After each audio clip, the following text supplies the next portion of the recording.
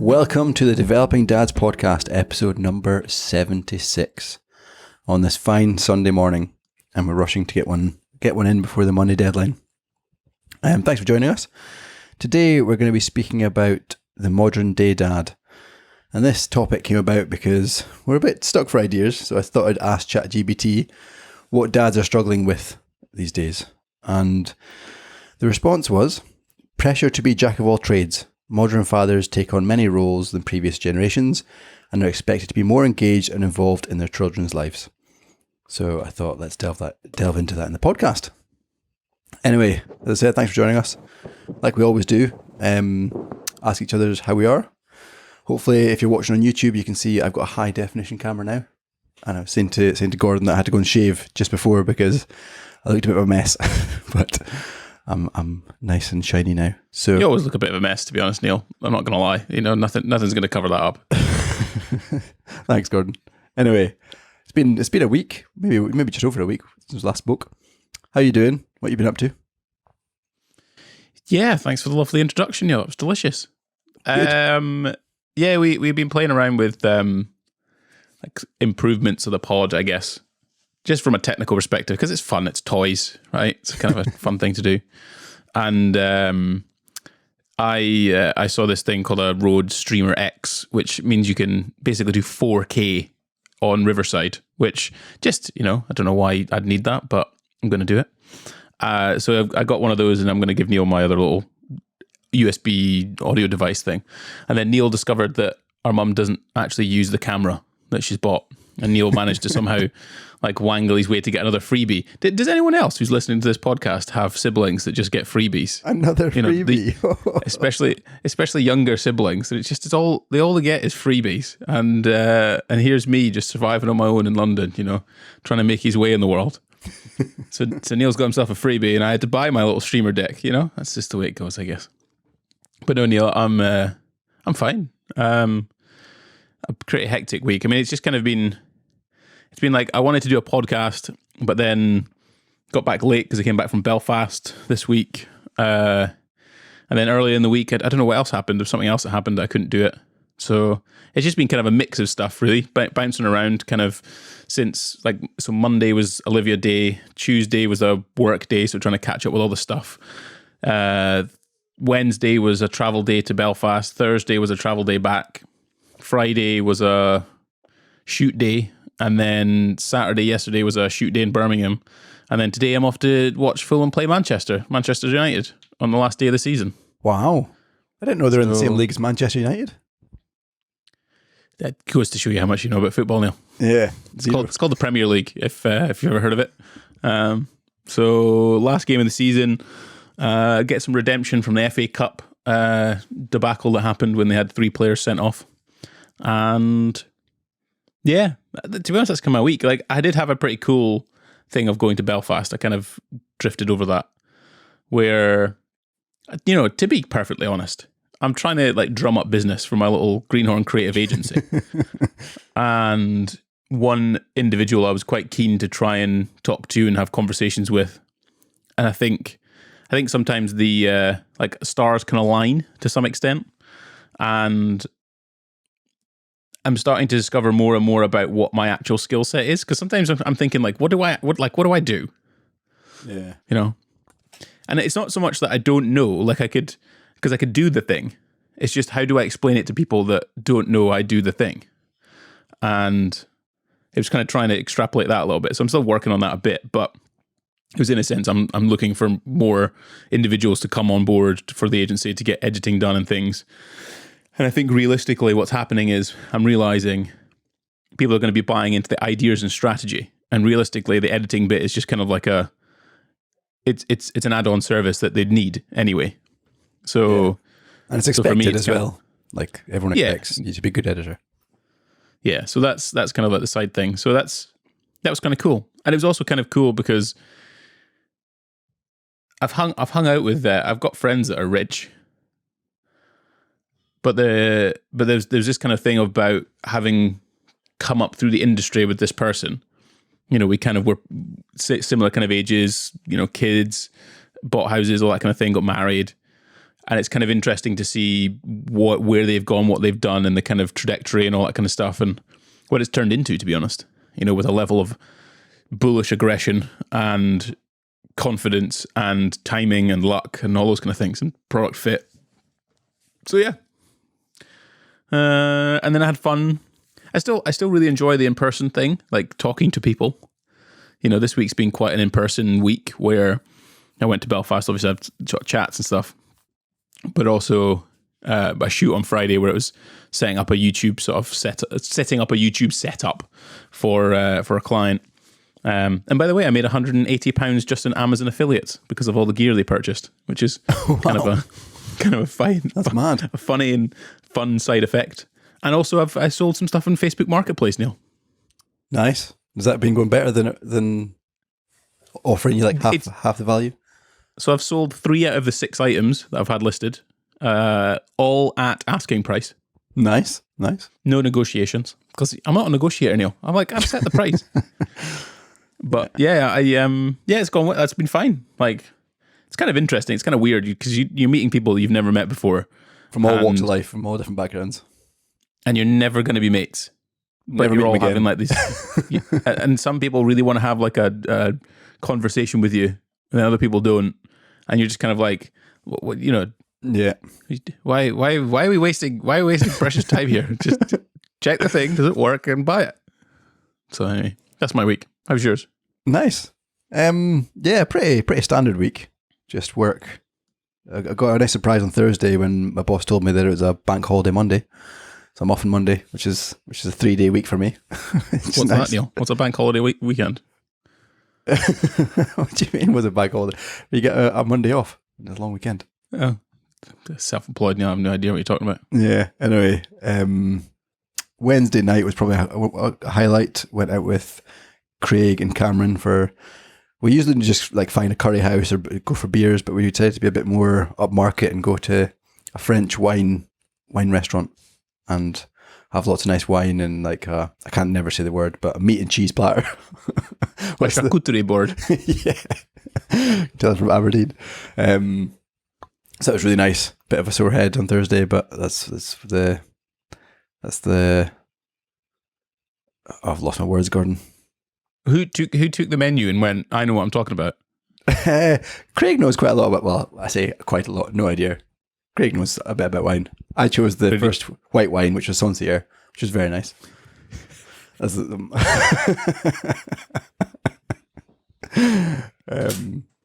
And I know you're a wine expert, Gordon. So no, I'm not a wine expert. You think you are? I have a reasonable understanding. This one here called Villa Wolf. I have no idea for the camera. You probably can't see that. That was very nice. Was it any good? White wine. Yeah, very nice. And then we had another bottle. I can't remember what it was, but yeah, a bottle each. So it was a good night. What else did I do? Yesterday I took the kids up their first proper hill, I'd say. Like a hill with like a thing on the top which represents the peak. So that was a hill with a thing on the top that represents the peak. Yeah, so like I don't know if you got it in England, but in Scotland you've got like a trig point. You know what a trig point is, Gordon? No, I don't. No idea. I don't try and lose myself in the hills. So it represents the top, and it's what's used for like navigation and OS maps and stuff. And anyway, we got to the first ever trig point that they've ever got to, and it was great. You've got to be imaginative. You've got to be like, I don't know, think of games and stuff, and make snacks fun. I was like every 5 minutes, can we stop for a break? Can we stop for a snack? So they got to the top, and then when they got to the top, they ran the whole way down. So it was like 2.5 miles of running down. So that was really fun. Just something different for them. And then went to a barbecue with friends for lunch, but ended up staying for dinner and drinks and stuff. And Sunday today is just a chill day. Very good. Yeah. Excellent, Neil. Just very wholesome. Yeah. I'd encourage Gordon, you to take Olivia out in the hills. Might do some little bits in Skye when we get there. Yeah, we could do that, but to be honest, there's not really many hills around here. It's pretty densely populated. Yeah, it's not like we can just disappear. I do. I think the things that we do for walking, we actually there's a sort of estate just next to us called Cane Hill, which is kind of not a hill. It's a new build. No, it's a new build estate, but we walk around it and it's really nice. It's a beautiful neighborhood, and there's kind of like various parks sort of situated around it. So I guess we do that. And then she's also obsessed with buses at the moment. So big red bus. So we get the bus to the park as well, which is amazing how fun enjoys. that can be. Yeah, like our kids go on the bus sometimes into town, and it's just like an adventure. Blows a mind. Blows a mind. And I did have an incident though. You would have quite liked this. Well, would you or not? I don't know. I had to like forcefully ask someone to stand up. And it was one of the one of those like kind of like afternoons where it was busy bus and whatever else. And I've got Olivia, and I could stand and hold her. Of course I could. I'm potentially capable, but it's quite dangerous. Yeah, because she's small and she could fall over and I could fall over. So I had to actually go, excuse me, can I sit down, please? Wow. What are you doing? Yeah, some people. Yeah, but there's like 3 or 4 sort of elderly, disabled, and pregnant sort of seat, and everyone just sort of sat there, didn't do anything, and I was just like, this is what's become of the world, Neil? I know. Anyway, let's get into our topics. We're a bit pushed for time. As soon as Gordon came on, he was like, I've only got till 10 to 9. It's quite early, but when you head into football, is it 9 o'clock? Yeah, so it's like a long story short, it's like me. So I got up with Olivia this morning because Laura's obviously taking baby duties Saturday and Sunday. So because I worked all day yesterday, I was up at like 5 and then came home at like 9. Oof. So then today was just kind of like, I'm going to football for the thing with Laura's dad and our brother and then another friend. So it's just busy. So we got to get up there for 9 for pastries for half an hour and then leave at 9:30. And it's like a 5-hour drive up to Manchester. Wow. 4 or 5 hours, yeah. And then 4 or 5 hours back. So, yeah. I don't want to do it. What stadium's it at? Old Trafford. Old Trafford. Yeah, Craig's got a season ticket. So I bet he'll be there. All right. Well, you white. He supports Manchester United. Yeah. Anyway. It's shite. Anyway, let's delve into the conversation and we'll see how far we get. But interestingly, a friend of mine and I had this conversation about, I wonder what it'd be like just to step back into like 1970s, 80s, where you're a new dad and you just go straight back to work and your sole, maybe not in the 80s, maybe going back 60s, 70s, but your sole purpose is just to earn the wage and come home, have your dinner on the table, clean house, all that kind of stuff. Wonder what that would have been like compared to now, where I think there's a much more, there's higher expectations, but I think I'm okay with that, just to stop the haters. Yeah, I'm okay being the kind of the housewife, the fun dad, the serious dad, the mixture that now comes with a modern day dad. So I don't know how you feel, Gordon, in terms of, do you see a difference? Do you? Oh, wouldn't it be great if we just went back to the old days, where we could just come home, we could have our all pants and socks all washed for us and, get a massage, I don't know about massages, but go to the pub and not feel guilty. It was just like, there was clear boundaries. There was clear, like, this is a man's role, this is a woman's role. And it's totally blended now. Yeah, it has blended. I mean, during that time, I think I've kind of talked about it before in the podcast, it was a one income household, which essentially contributed towards a one income for a mortgage. That's kind of how it worked. So property prices were slightly lower. Houses, people didn't move around houses as much, I can imagine. There wasn't as much debt. People weren't getting loans on cars and kitchens and all that kind of stuff. But now we have like a dual income, right? That's kind of a lot of families are like that. You're kind of somewhat of an exception. I do wonder if it's kind of more prevalent around your area because house prices are more affordable.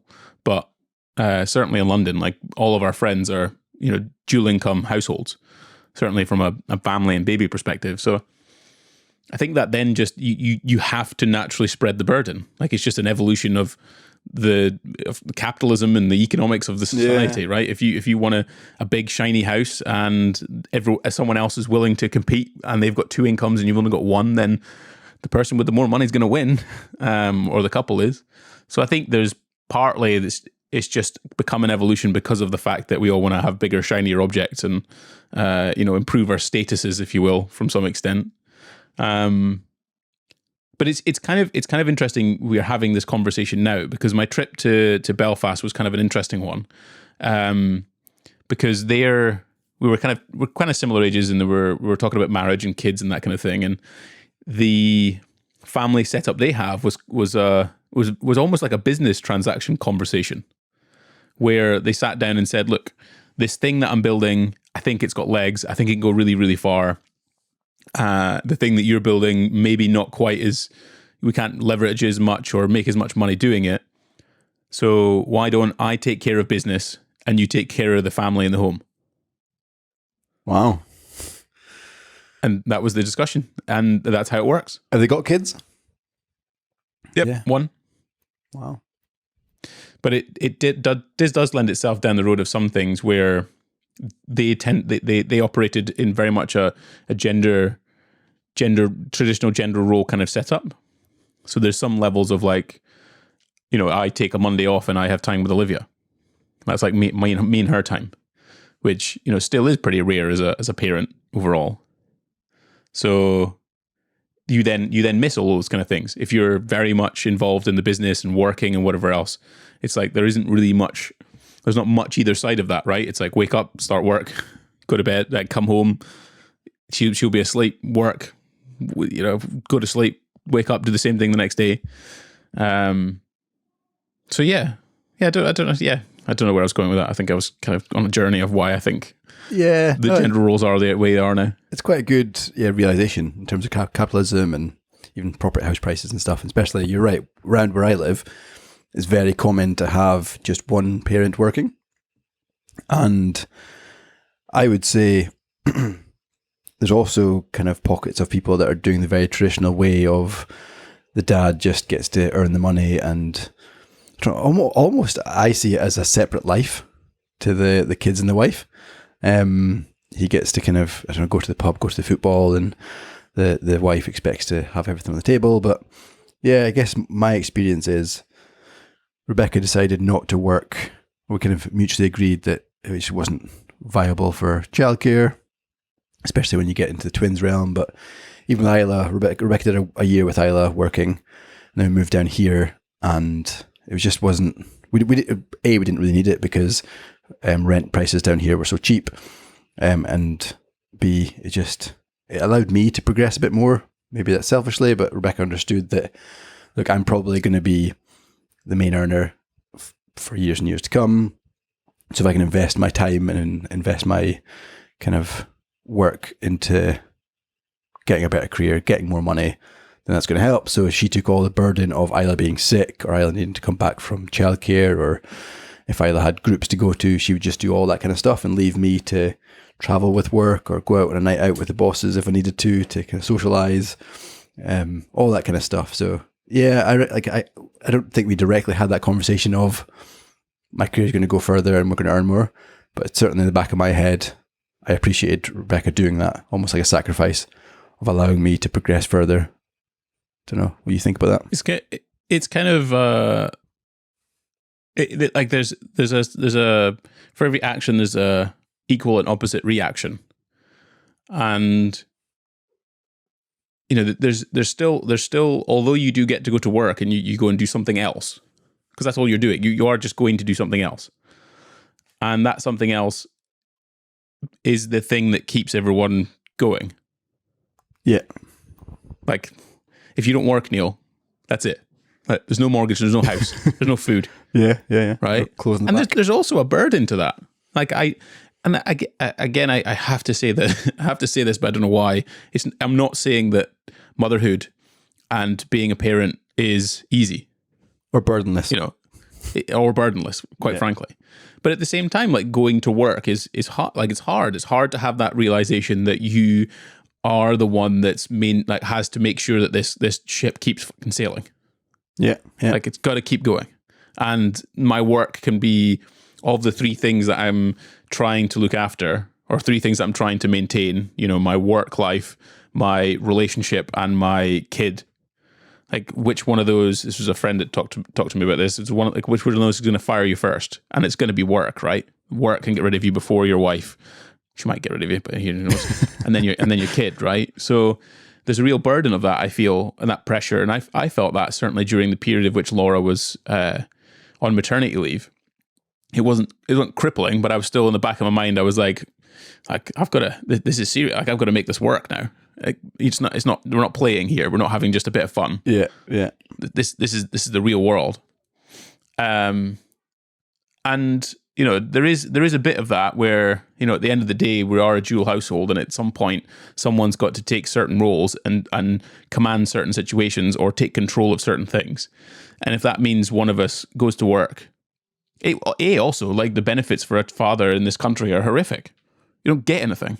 Yeah, 2 weeks. So it's not like it's not even like it's encouraged. It's not like it's, hey Gordon, just take 6 months off to spend with the family, or allow your wife to go to work and you spend 6 months off. It doesn't work like that. Yeah. So, it's not really an option. So yeah, I guess so. But then, from my perspective, I was kind of like, as well, I want a nice lifestyle, and I want I want a nice lifestyle. And if we live in London, ultimately, house prices here are 2 times where you live. So you kind of need 2 incomes. Yeah. And we could afford ultimately afford the ability to do 2 days a week childcare, 2 days a week with Nana, and then 1 day with me. So yeah. Hey, I don't know how I feel about it. It's kind of, it's more a case of like, well, it had to happen. Like, well, yeah, it's like parenting is kind of a job. Yeah. If you think about it, like if it wasn't parenting, it'd be called childcare, and you get paid for it. Yeah, you're right. So it's like, well, if one of you, regardless of whether you're a man or a woman or whatever kind of setup you have, if one of you is like, hey, your career's going really well, you're gonna be the one that's gonna earn the money, you clearly enjoy what you're doing, go for it. Yeah. And then the other side of the coin is like, well, someone takes care of the house and the stuff and the kid and all the family things that go on and keeps that glue together.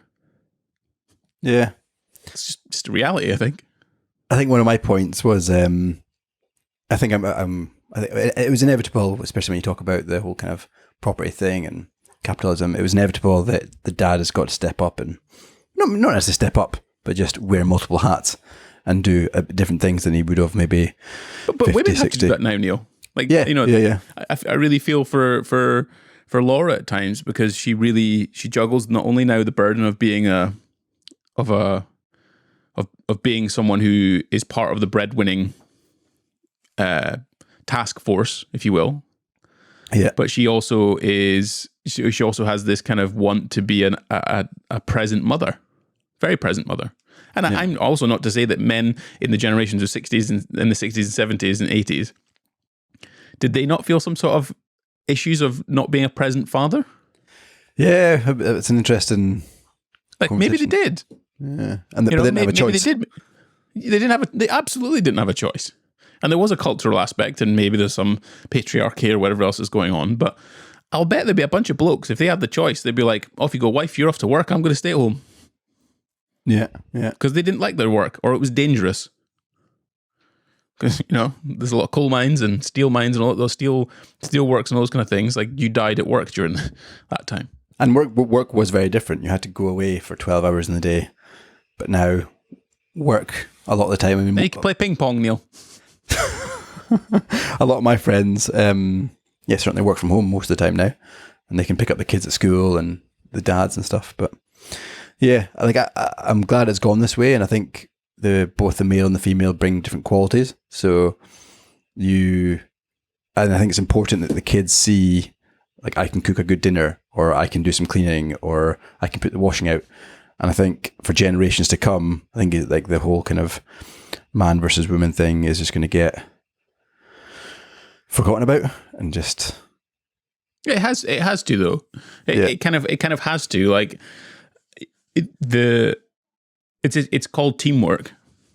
Yeah. And at certain periods a team, like if you were a football team and you all wanted to be strikers, you wouldn't win. Yeah, true. Or if you all wanted to be defenders, you wouldn't win. So there's part of this process is like, well, you adopt certain aspects of the role of what you do and do not want to do, just because that's part of being a team, and it's just how it works, right? Oh, we've got one of the kiddies in. Hello. There he is. If you're watching on Is that YouTube, Ben? you'll see him. Yeah. He's Hello, wanting me to Ben. bite his. Go and ask Mummy to bite it. He Like wants, what? He wants me to bite a bit of sellotape off. Oh, right. Okay. Yeah, it is. It's just part of a team thing, right? There's some level of sacrifice somewhere, and there's also some positive to it. So, because women in the 60s, 70s, 80s, and 90s, or wherever we're talking about, they get a closer, more intimate relationship with their children. Which, when we look at that graph thing, the graph thing, it was talking about time, age, and then time. Your kids at around about the sort of teenage years, the time you spend with them as a parent just basically falls off a cliff. Yeah, you're right. And the early years are really the ones in which you get to spend and build bonds and relationships with your children. So it's like, what's more important to you? Do you want to go and run a FTSE 100 company and basically run yourself into the ground, not spend any time with your kids, or do you want to spend time with your kids? Like, which one's going to be the one that you want to do? Yeah, and You can't do both. I don't think you can run a FTSE 100 company, No. be the top CEO and expect to have an immaculate relationship with your kids. no. Yeah, kids and wife and extended family. Yeah, Not even. I'm not talking about males now. I'm talking about anybody. Anybody of whatever gender if they want to run a FTSE 100 company, the sacrifice is going to be family life, and the person that you live with and are with and enjoy and have a relationship with in that team, they're the ones going to take all of that burden, because you're on one extreme of the end and don't have any time for anything else. Yeah. There's an interesting point you made about teamwork. And back in the 1970s, 80s, and I think it's probably similar, not similar now, but said now also, that it takes a village to raise a family or raise a kid or something. There's a saying around that where it takes, I can't remember what it is, but basically it takes a village to raise a family. And the realization is that you can't just do it yourself. You need your friends, you need your peers, you need your neighbors to help out when things are tough. And I think that was more prevalent when the dad used to just work all the time. There'd be people like open houses, and certainly in the kind of the world of Peterhead, when Granny Linda, which is my granny-in-law, I guess, she's passed away now, but she used to remember fondly that people used to just come in through her front door with no kind of knocking, and it would just be an expectation of like the friends or aunties, uncles, or second, third cousins would just come and help out with the kids, and it would all be kind of a female thing because all the dads were at work, but people would come together and help. And I don't think that happens in this day and age. I don't think people come together as easily as they did back then. Certainly in the kind of both people work, Neil. There's no time. Like, tell me when you've got time to just pop into your mate's house, like walk through the front door. Yeah. Like that doesn't happen. Like the work life that we have now. If you have both parents working full time, there leaves no time for anything else. Yeah, it's interesting. Especially you add on, like, during that time, your granny probably didn't track her 5K run times. Why are you bringing that up? Because it's health. Like, there's so much stuff. There's so many pillars of things that we have to fulfill, right? Yeah. And there's tons of them. And I'm sorry, like you can't operate on 100% on all of them, because that type of serendipity where you kind of just turn up to a house and walk through the front door, because both people work, like, it doesn't happen. Yeah. Like 9 to 5 is a long time. It's at least 10, 11 hours if you include a commute of your 24-hour day, and that 24-hour day you're sleeping for 8 of those. Yeah. So you're also knackered. Do you think, as a kind of a human race, we're going in the right direction in terms of both parents working, or would you like to see it going back to the more traditional? If you could afford a house in London. I think that children don't last forever. Yeah. And they become adults, which means that if the entire life that you've led has been to just raise the children, and look after the house and do those kind of things, then I think there are issues down the line when those children don't become children anymore and become adults. Yeah. And I think work can serve as a purpose outside of kids and their requirement, right, and the needs of them, because it gives you purpose, it gives you drive, it gives you ambition, it gives you interest, it gives you something to wake up in the day to do something, keeps your brain healthy, all those kind of things. So I think aside from the money aspect of things and that pursuit of more, which a lot of us are doing, which isn't necessarily the right thing, it's I think it's important that both parents are probably ambitious to some extent and do have some sort of purpose and drive to do something, and equally they empathize with the burden of each other, in the sense that if you didn't go to work, Neil, and Rebecca was working full time, it's probably quite good for you to work as well, or at some point, because then you understand what they're going through because of that whole kind of breadwinner thing, and you're the foundations of the family aspect, because you got to earn money and the balancing act of that. So I don't know. Yeah, I think also on that point, I think it's important that there's definitely a realization I've kind of started to realize, but in the last couple of years, is Rebecca feels a guilt of, we've kind of designed a life now where she can't go back to work because she doesn't have a career that's going to pay enough to have the boys in nursery for full time all that time. So there's a guilt of like, I'm the only earner and all the stress is on me, and if there's a downturn or if there's an issue, it's all on me. So yeah, I think it works both ways in terms of she eventually will be going back to work and will kind of realize that, but I don't think she'll ever understand what a single income is like just being the kind of the only breadwinner, and as you mentioned at the start of the podcast, everything's on you to pay for the mortgage, pay for the food.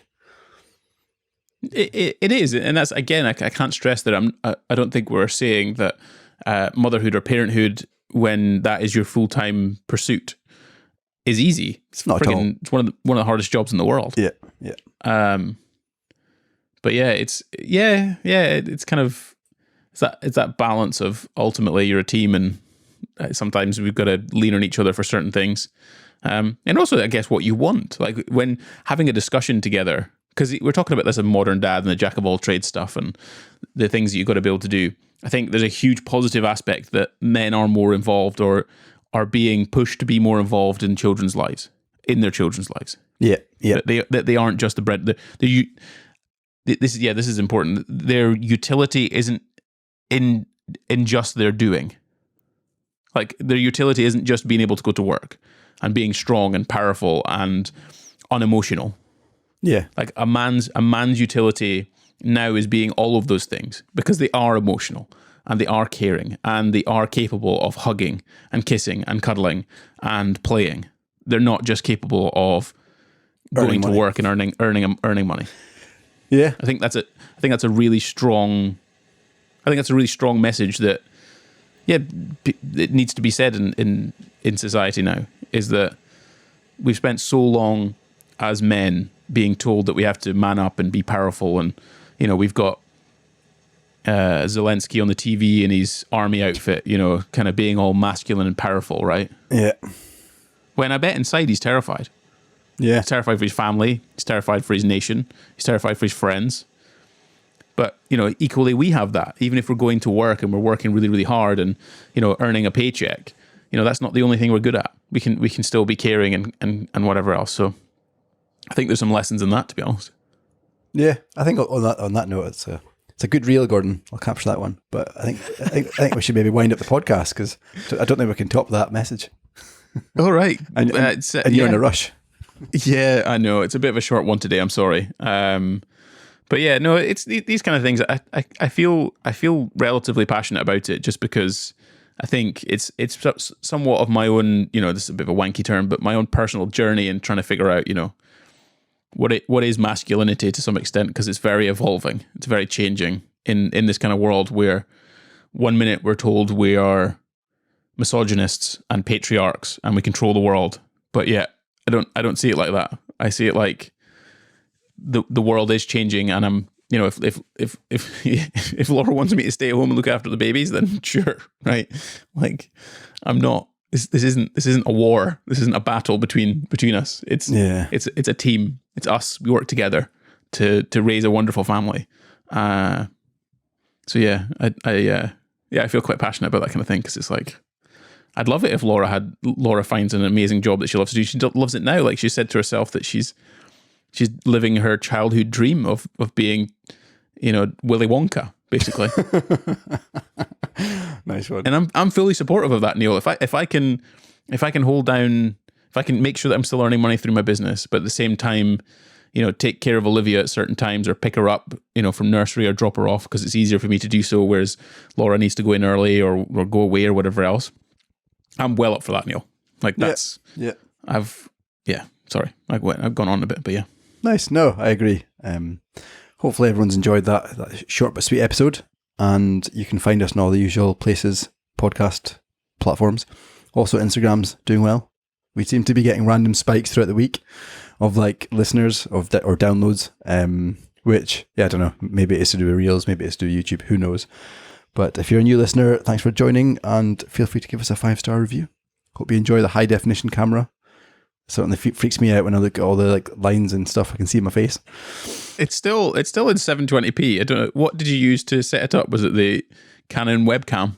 Yeah, maybe I need to. Is it a 4K camera? I've no idea. But it might be. Yeah, you can get a 4K capture card. Yeah, it certainly looks high definition when I see the preview. Anyway, it's because the lens is better, Neil. Like, the little crappy camera in your laptop would have been shocking. Yeah. Have a good Sunday, everyone. I've just got a special guest to say bye-bye. Dad? Yes? Come here. Audience. Are you still in your pajamas? That's outrageous. Still in their pajamas. With All our right. wild bedhead. Right, everyone. Thanks for listening. Goodbye. Till next time. See you there. Cheers.